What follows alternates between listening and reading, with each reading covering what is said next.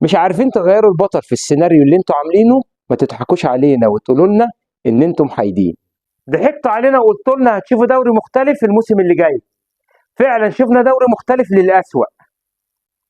كرة أشرف بن شرقي يطرد فيها، الحكم ما شافش حاجة. انتوا عارفين انتوا لغاية دلوقتي تثبتوا في حصول الأهلي على 17 بونت من أصل 36 نقطة وبينافس على الدوري.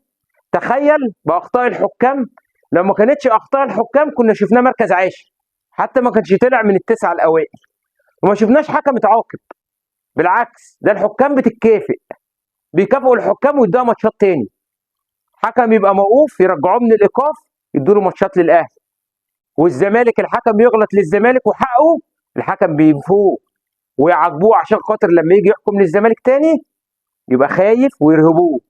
عايزين تدوا الأهلي بطولات، استثنوه من الماتشات وهاتوا له شوية أندية كومبارسات